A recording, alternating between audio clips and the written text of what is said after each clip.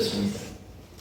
제자들은 예수님의 말씀처럼 주인의 허락을 받고 한 번도 타지 않은 나귀 새끼를 가지고 예수님 앞으로 나왔습니다.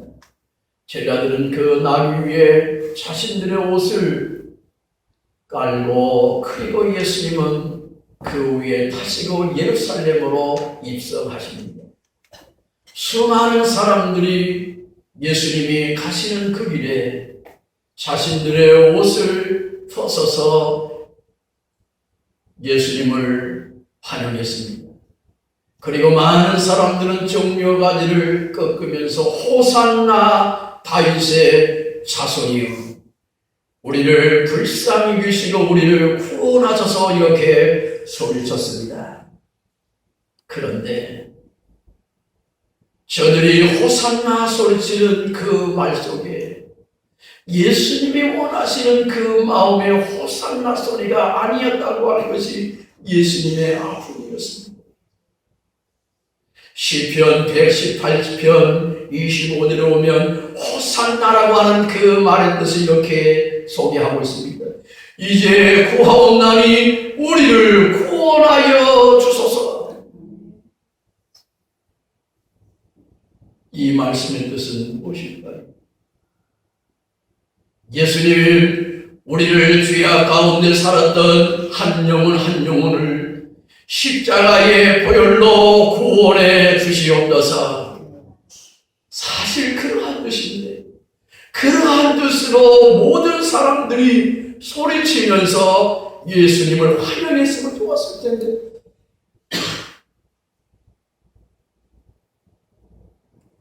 대부분의 사람들은 그렇지 않았습니다.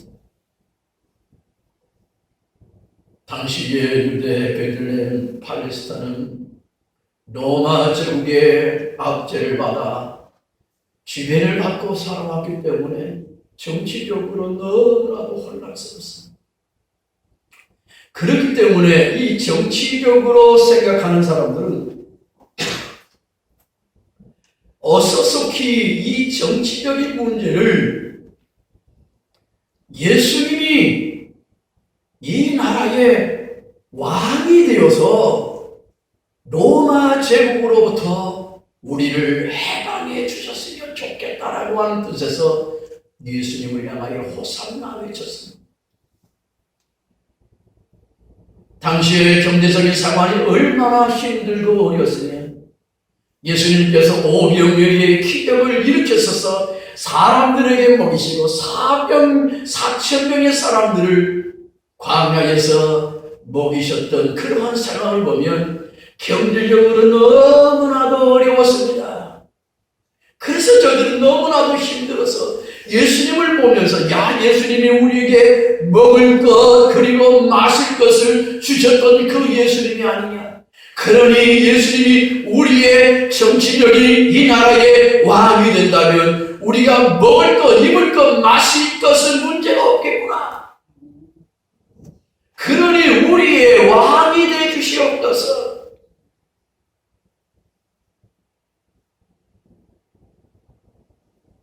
그러니 그 마음을 아시는 예수님이 얼마나 가슴이 아프고 고통스럽고 괴로우시겠습니까? 예수님은 이제 골고다 십자가의 길로 올라가셔서 온 죄인을 위하여, 온 인류를 위하여 십자가에 못 박혀 죽으시기 위한 그 길을 가는데 사람들은 정치, 경제, 사회적인 문제로 예수님 호산나 소리치고 있으니 말입니다.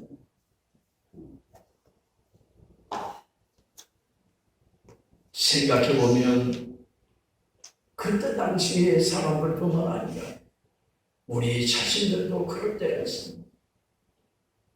예수님이 나를 구원하시는 구원, 그 구원은 구원의 문제고, 내가 지금 경제적으로 삶이 병들어 너무나 힘들고 어려우니 내 경제적인 문제를 해결해 주세요. 내 육체적인 문제를 해결해 주세요. 이것이 사람의 마음입니다. 그러시면서 예수님은 예루살렘에 입성하시면서 사명이 무엇인지, 사명의 길이 무엇인지를 제대로 보여주셨습니다. 사명은 무엇입니까? 사명의 길은 무엇입니까? 세상 사람들이 예수님처럼 호산나 부르면서 인간적인 생각으로 예수님을 환영하지만 예수님은 그럼에도 불구하고 나는 너희들을 위하여 온 인류의 죄를 위하여 십자가를 지시기 위하여 나는 그 길로 간다. 이것이 사명입니다. 하나님께서는 여러분들에게 각자 한 가지 이상의 사명의 길을 주셨습니다. 사명의 길은 누가 가는 길이 아닙니다. 남편이 해주는 것이 아니고 아내가 해주는 것이 아닙니다. 내가 그럼에도 불구하고 예수님처럼 가야 하는 것입니다. 그것이 남편의 구원의 문제라고 하면 남편이 구원받을까 하나님의 자녀 될 때까지 꿇어엎드려 기도하는 것이 아내의 사명의 길인 것입니다.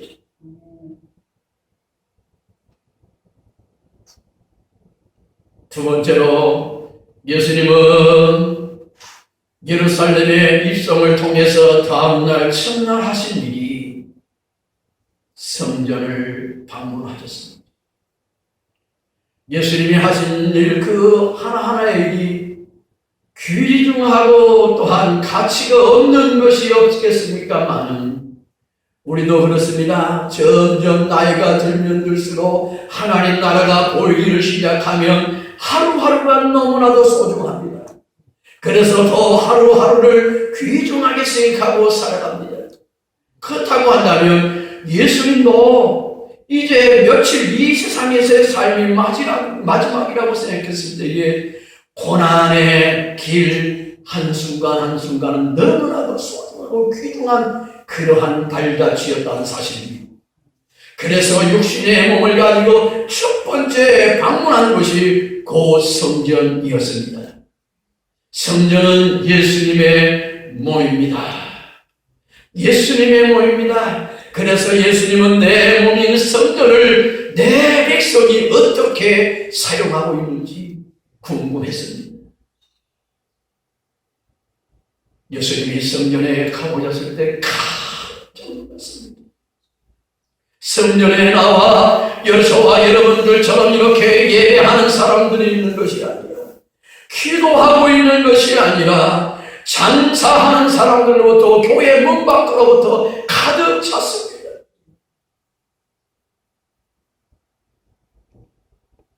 예수님은 너무나도 놀랐습니다. 그러나 생각해보면 그러한 이유가 다 있었습니다.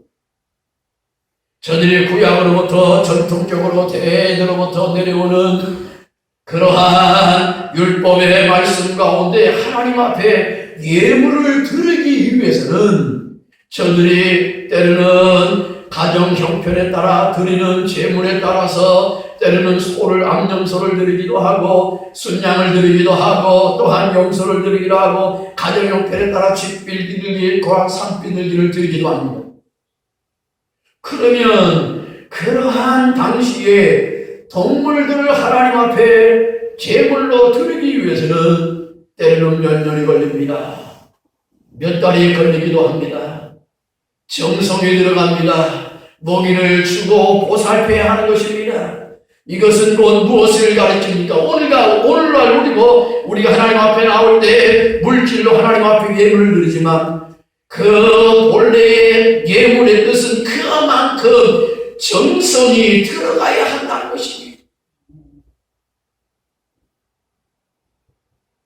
그런데 당시의 경제적인 상황이 궁핍하고 어려운 상황 가운데 이 경제적인 논리로 대단히 머리 회전이 빠른 사람들이 가운데 그 누구가 먼저 시작했는지 성전 안의 모습을 보면서 이야, 요즘으로 말하면 돈 벌거리가 생겼다.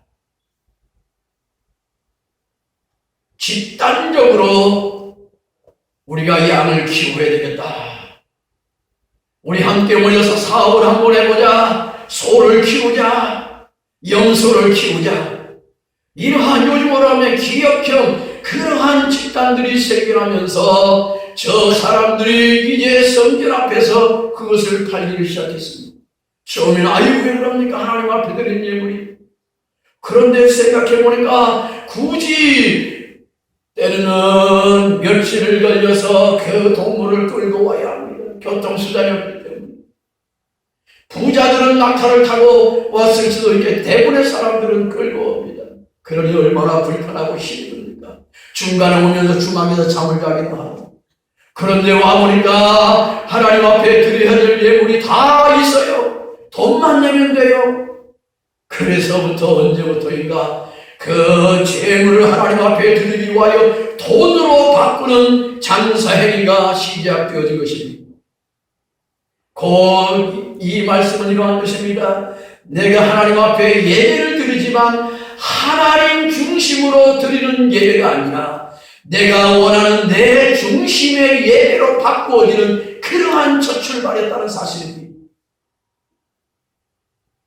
예수님은 이 상황을 보시고 오늘 성경 말씀을 보시면 상과 비를 파는 자들의 의자를 둘러 부셨습니다.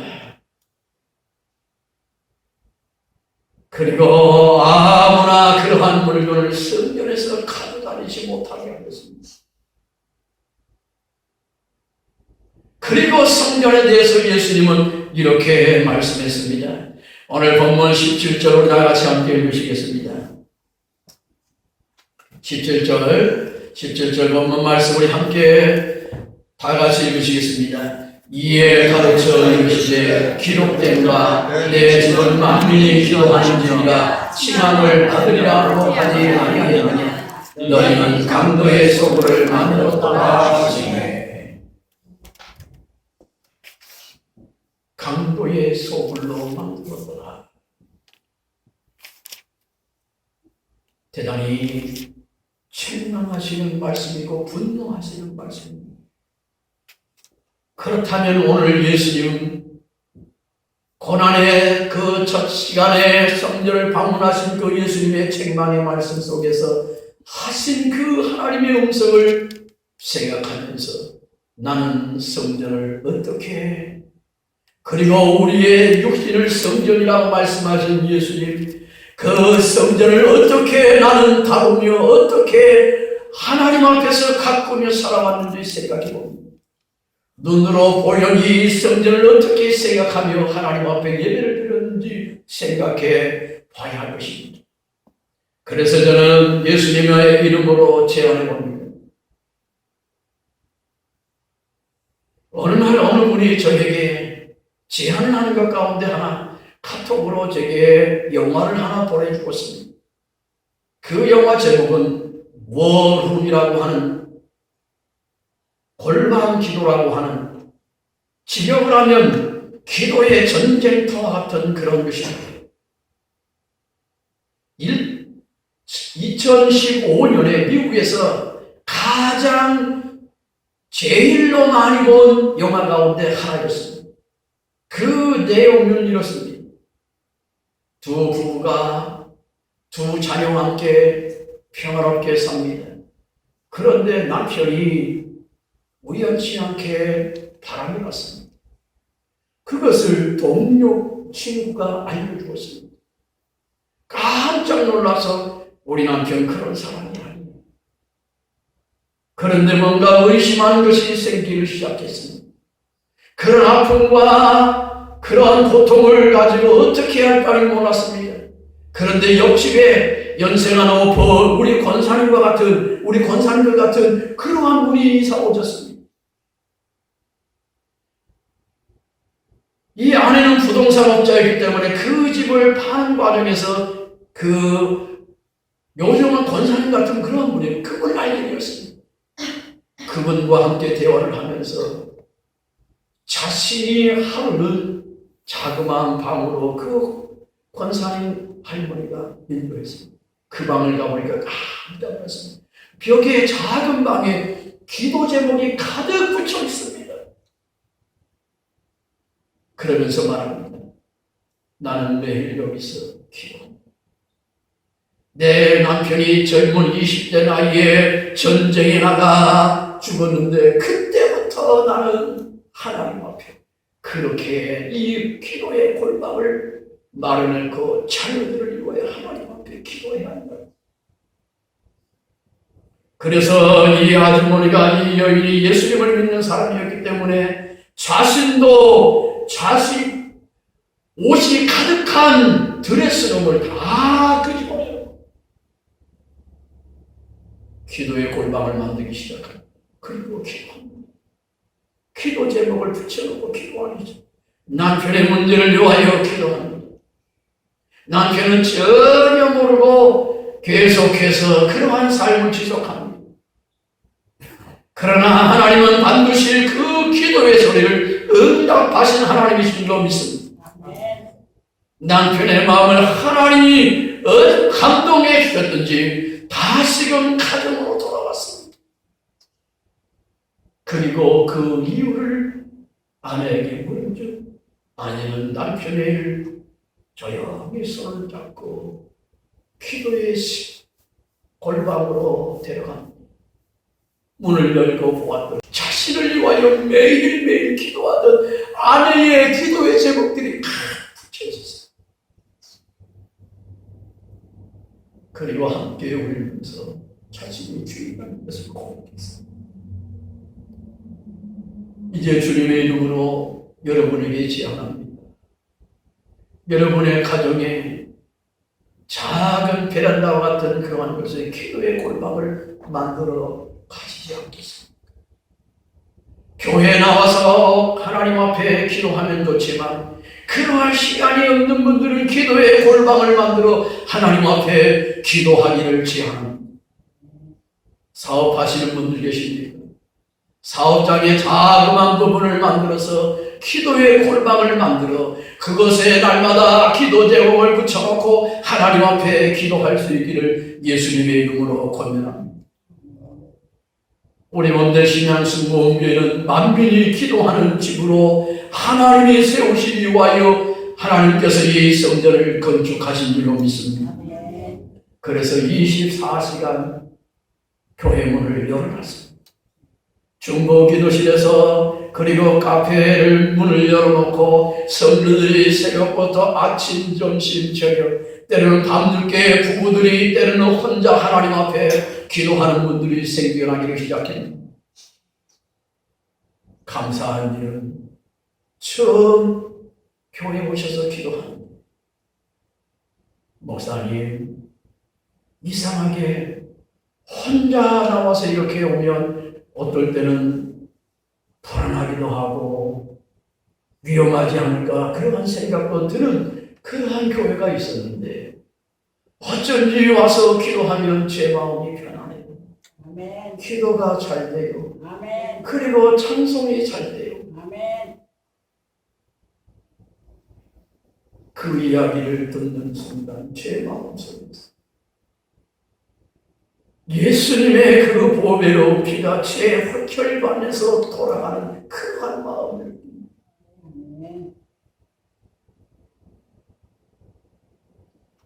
하나님께서 이 교회를 세우신 목적 가운데 하나, 만민이 기도하는 집으로 이 성전을 건축했기 때문에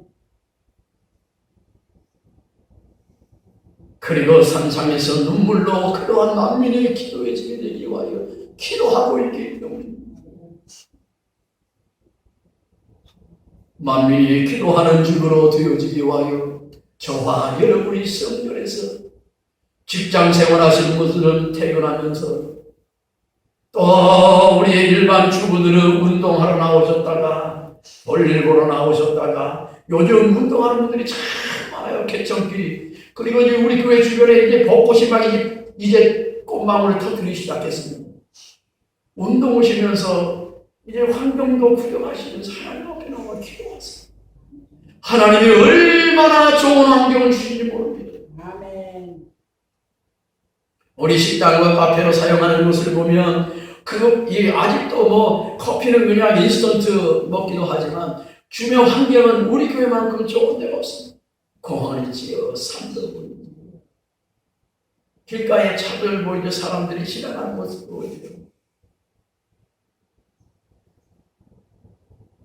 저와 여러분이 만민의 기도하는 집으로 만들어 가야 할 그러한 사명인 줄로 믿습니다. 아멘. 이제 말씀을 마칩니다. 오늘 고난의 길을 가진 예수님은 우리에게 그러한 제안을 했습니다. 내 집을 만민의 집으로 만들어 보지 않겠느냐. 내가 살고 있는 저와 여러분이 살고 있는 그 집을 기도하는 집으로 자녀들을 위하여 남편 아내를 위하여 주신 사명을 위하여 기도하는 집으로 일생전을 기도하는 집으로 만들어 보지 않겠느냐. 고난 주간을 보내면서 혹 그러하지 못했던 분들은 교회를 그리고 여러분의 가정, 여러분 자신을 만민의 집으로 만들어가는 고난의 한 주간이 될 수 있기를, 그리고 일평생 그 길이 하나님 나라 갈 때까지 계속될 수 있기를 예수님의 이름으로 권하고 축복합니다. 아멘. 오늘 말씀을 생각하면서 다 같이 기도하십니다.